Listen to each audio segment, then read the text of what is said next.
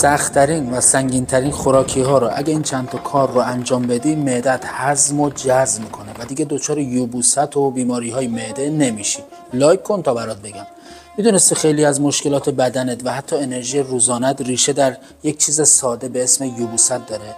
یکی از مراجعین که بیش از 15 سال با یبوست و مشکلات معده دست و پنجه نرم می‌کرد، فقط با این 3 تا کار ساده زندگیش عوض شد.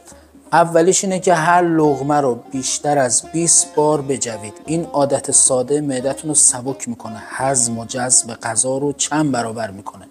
دومیش خاک شیر و بارهنگه. یه قاشق مربا خوری خاک شیر و یه قاشق مربا خوری بارهنگ رو با همدیگه دم کنید، یه رو روزی 2 بار صبح و شب میل کنید.